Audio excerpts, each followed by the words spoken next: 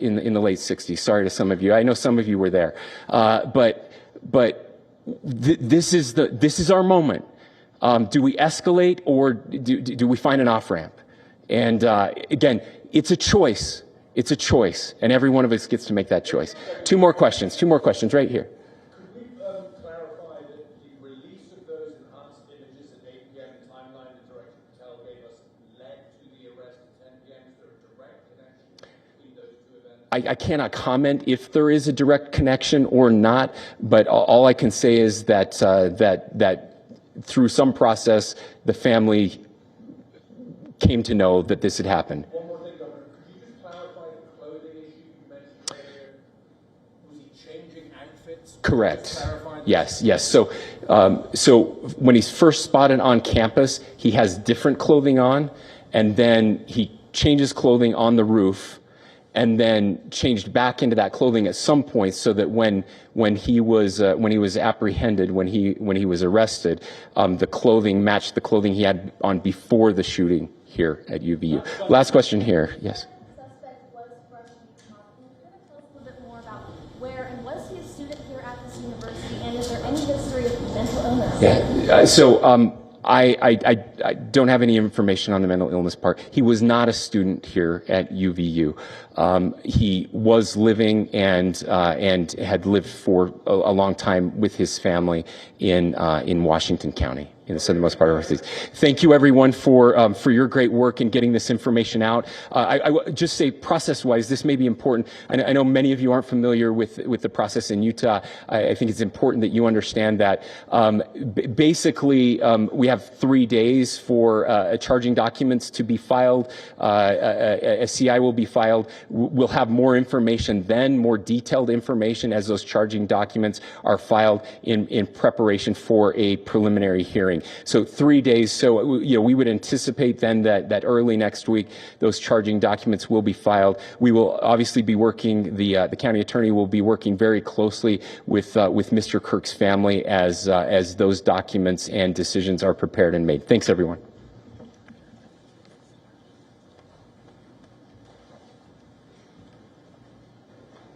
The press conference there where the Utah Governor Spencer Cox spoke at length about the process that led to the arrest of this individual, the suspect in the killing of Charlie Kirk. The suspect has been named as Tyler Robinson, and he was nabbed within 33 hours since the crime was committed. So this is what things stand at this moment. He's a 22-year-old individual, and he is from Utah by the name Tyler Robinson. And at this point of time, the motivation, what actually led to the killing, what motivated him to carry out this, what is clearly a political assassination, that detail has not been gone into at length by the authorities there. We also saw Kash Patel, the FBI director, also speak on the manner in which the security agencies, including the FBI, were all involved in nabbing this suspect. And one of the key aspects that was highlighted is that the family and a close family friend with whom the suspect confided in having carried out this crime, then drove this suspect, Tyler Robinson, to the police station and then handed him over to the police. So this is what has happened, and it is quite clearly a political assassination, and one of the most gruesome, graphic assassinations that has been witnessed in decades in the United States of America, clearly pointing to the political chasm that has come into existence because of the heightened political rhetoric. And now it remains to be seen as to what the police has to say further about the motivation behind this political assassination. Why did this 22-year-old young man go ahead and kill the 31-year-old right-wing influencer? That, of course, is the question which still needs a few answers.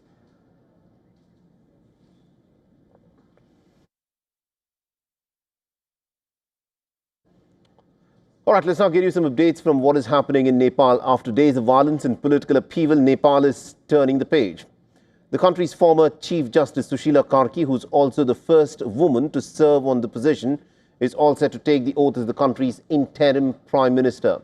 After several rounds of negotiations between the army chief and a delegation of young protesters and the president, the 73-year-old Sushila Karki has been chosen to now lead the country in this difficult moment.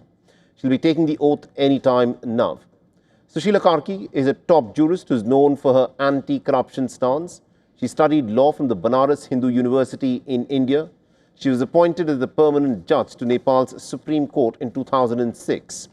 And after 10 years in the top court, she had become Nepal's first woman Chief Justice. In 2017, she also faced impeachment, but later retired from the position. Now, at the age of 73, Nepal's Gen Z is banking on her to usher in change. More than 50 people died in the protests that engulfed the Himalayan nation. Over 2 days of protests, rejection of the existing political elite was evident. Several government buildings, including the parliament, were set on fire, and leaders from all political parties faced widespread public anger. And now Nepal's parliament is set to be dissolved. Under the current constitution, the president is bound to call for fresh elections within 6 months.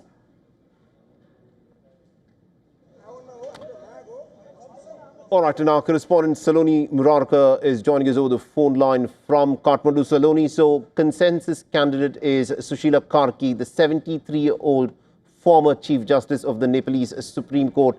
Give us a sense as to, what is the vision that she has for Nepal and how she would seek to bring an end to the turmoil in the country. Well, of course, we know that the situation that we have come down to has been after long and hectic discussions for days. And this has her appointment as Nepal's interim head also come days after mass protests that brought down the government over corruption and nepotism. As I speak to you, the preparations are underway for her oath-taking ceremony, and it is also being said that most likely a 3-member cabinet will also be formed. And post her oath-taking ceremony, a cabinet meeting will also be held tonight. And she will be the first woman to lead Nepal in the capacity of Prime Minister. And this is also a period of very difficult transition until fresh elections are held. And despite these challenges, she remains hopeful and committed. And she's said that her immediate priority would be to honor and support the families of those who have lost their lives, and also demand an investigation into the government's crackdown on Gen Z's protests. Right. So her name was finalized by the Gen Z's group, and her anti-corruption image, just as you mentioned, is seen as a strong factor for her selection. Right. And as at this moment of deep crisis, like many experts believe that she faces perhaps the biggest challenge and opportunity of her life to guide Nepal through this turmoil as the leader of an interim government. Absolutely, indeed. Thank you very much, Saloni Murarka, for joining us with those updates there. And joining us from Kathmandu, we've got Mr. C.K. Lal. He's a journalist and also a political columnist. He's for the Kathmandu Post and the Kantipur Daily. Mr. Lal, thank you very much for joining us on WION Now. A 73-year-old former Chief Justice of the Supreme Court has been chosen by Gen Z to lead the country. In your assessment, what challenges await the 73-year-old Chief Justice? The first challenge would be to put a functioning government which is acceptable to political parties that have been sidelined. Then second one will be to investigate what caused this destruction, this huge destruction and loss of life of about 54, including security personnel and youngsters. And then third priority would be to stabilize economy. And fourth then would be to declare a date of an election and prepare the ground for the elections. And then fifth would be to generate confidence in the system. So these should be her 5 priorities for now. I think those are key issues that she'll have to handle and hit the ground running. But the question is also this: the Gen Z tends to be a little impatient. Realistically speaking, how soon or how much time do you think Sushila Karki has with her to try and put things in order before the Gen Z loses patience again? I think more than Gen Z, in all practical terms, theoretically, we are going to have a civilian government, but reins of power will be with the security forces. So it all depends upon how they kind of stabilize the situation. What is being called Gen Z is a fashionable name. Actually, it's urban youths, frustrated youths who came out on the street and everything went out of their hand.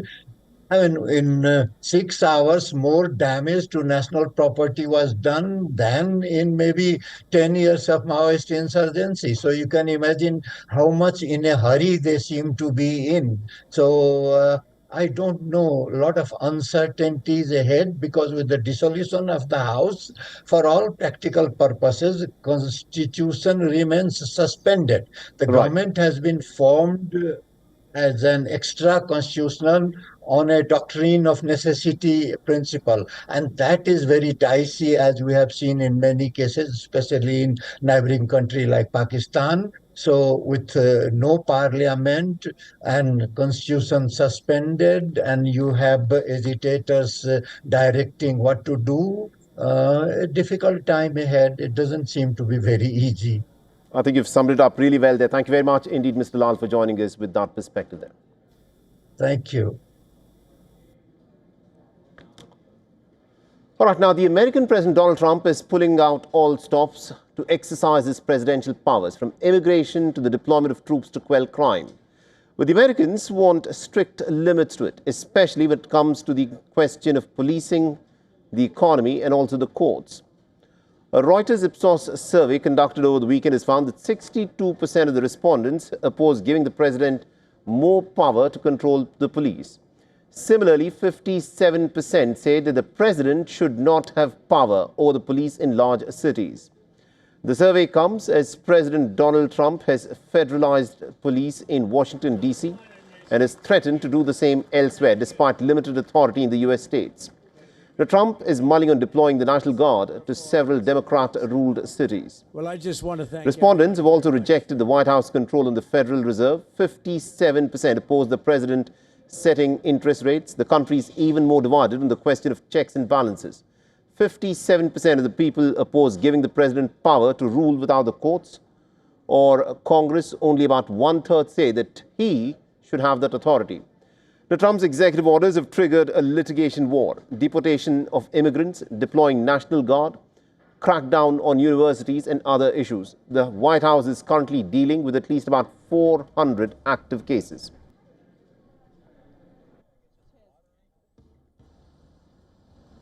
Why it is so important to stand nation, afraid of three domestic.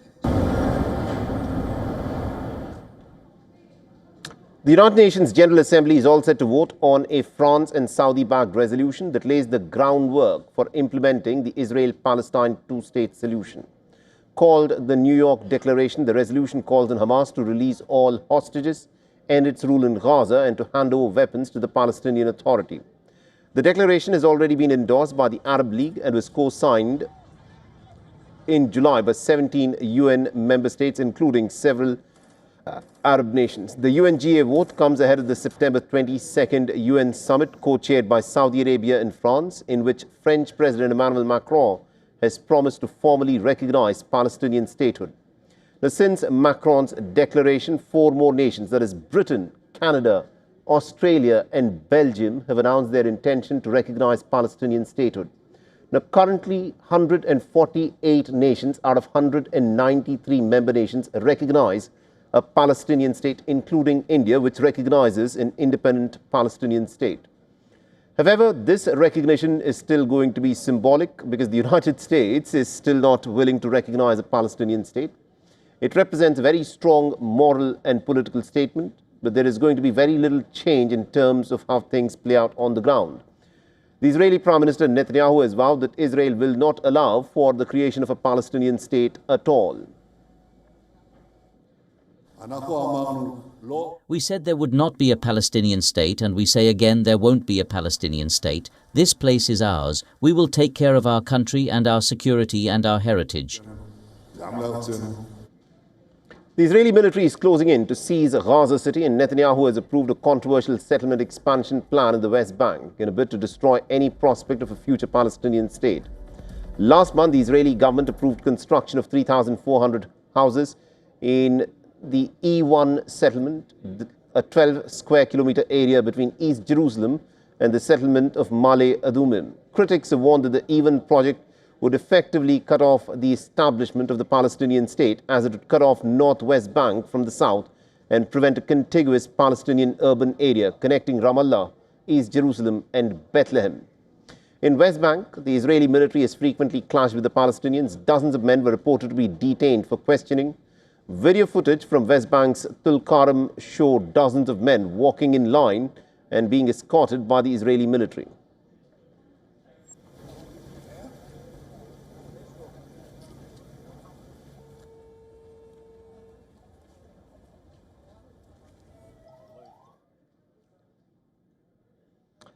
Brazil's Supreme Court has sentenced former President Jair Bolsonaro to 27 years in prison for plotting a coup. The judges voted 4-1 to convict Bolsonaro of plotting to overthrow Luiz Inácio Lula da Silva following his October 2022 election defeat by the left-winger. The sentence could, of course, see the 70-year-old leader spend the rest of his days in jail.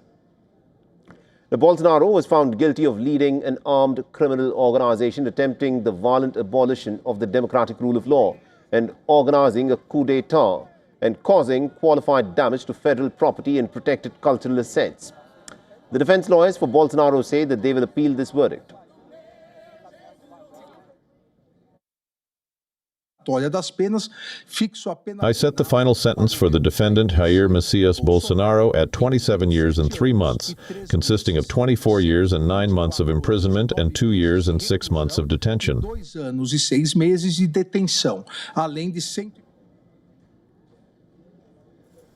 Bolsonaro himself did not attend the verdict hearings in the capital, Brasilia, instead following the proceedings from his residence, where he is under house arrest. His 7 co-accused, including the former ministers and military chiefs, were also convicted.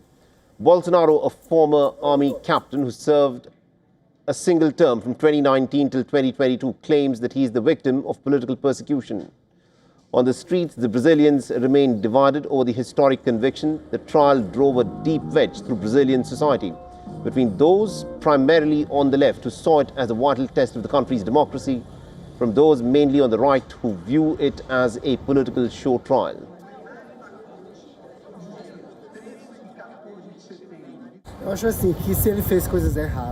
I believe that if he did wrong things and the court judged him with the evidence that was presented and according to the law, a conviction would be well received by the court that conducted the trial. I think it's favorable. I think the condemnation is shameful, to be quite honest. I think it's unfair. The trial has also led to an unprecedented crisis in relations between the United States and longtime ally Brazil. Washington was quick to respond to the conviction. The Secretary of State, Marco Rubio, has said that the United States will respond accordingly to what he called a politically motivated witch hunt. The Trump, who had levied steep tariffs on Brazil as punishment over Bolsonaro's prosecution, labelled the verdict very surprising.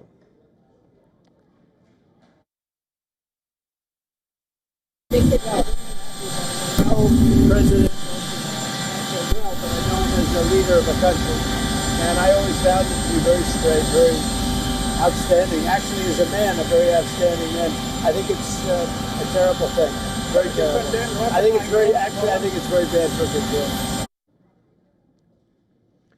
Brazil's government on Thursday rejected U.S. threats, writing on X. The Brazilian Foreign Ministry said that the threats like those made today by the U.S. Secretary of State Marco Rubio will not intimidate our democracy.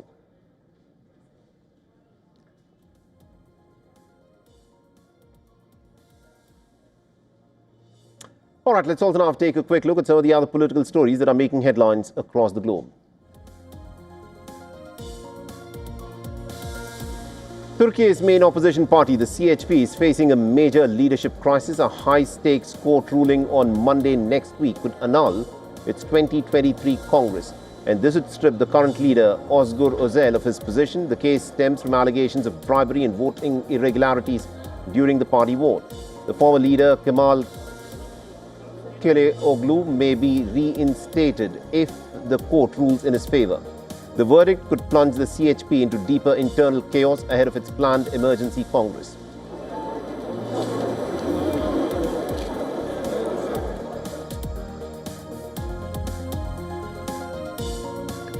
Germany's Chancellor Friedrich Merz faces his first major electoral test later this week in North Rhine-Westphalia, the country's most populous state. The far-right AfD is polling at record highs and could reach mayoral runoff, signaling growing national influence. The Merz's conservatives are also leading in polls but face pressure of factors such as economic woes, rising unemployment and voter frustration over immigration.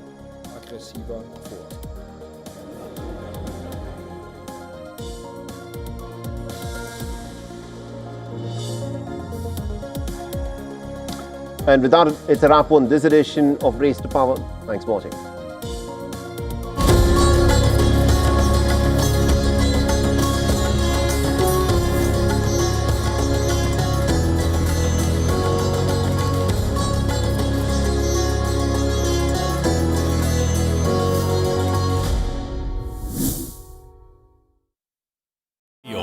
India's Global Voice, the channel that brings you the biggest stories from across the world through India's lens. Now available in more than 190 countries worldwide. Because we believe that the world is one.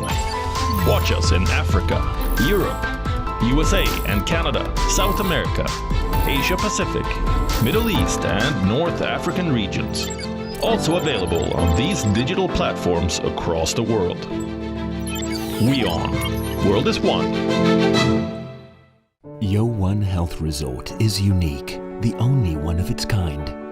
Experience the 4 paths of natural wellness: yoga, Ayurveda, acupuncture, and naturopathy. Each uniquely customized program improves the whole person to make every person whole. Come to WION Health Resort. Make your reservation at wion.com. The Earth is sending distress signals. Wildfires, droughts, and melting glaciers. Can we reverse the damage? Explore the harrowing effects of climate change. It's a wake-up call. Global emergency. Climate Tracker on WION World is One. From the bustling trading floors of Wall Street to the vibrant exchanges of Asian stock markets, WION breaks it down for you to make sense of what's happening. As we reveal the key factors behind events, strategic battles, and the game-changing business decisions that shape the world. We bring you all of this and more on World Business Watch.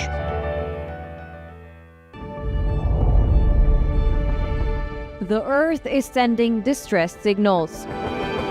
Wildfires, droughts, and melting glaciers. Can we reverse the damage? Explore the harrowing effects of climate change. It's a wake-up call. Global emergency. Climate Tracker on WION World is One. The stress of our world can take a toll on our physical and emotional health. Here, in New York's Catskill Mountains, lies a luxurious place of healing called WION Wellness Center. The WION Wellness Center provides 500,000 square feet of natural methods to manage diabetes, hypertension, chronic pain, obesity, depression, anxiety, and other conditions. We use the traditions of centuries-old natural science from India, yoga, Ayurveda, acupuncture, and naturopathy in personalized programs that help you take charge of your own health. A minimum 5-day stay is recommended for best results. Book now at wion.com. The Earth is sending distress signals. Wildfires, droughts, and melting glaciers. Can we reverse the damage? Explore the harrowing effects of climate change. It's a wake-up call. Global emergency. Climate Tracker on WION World is One.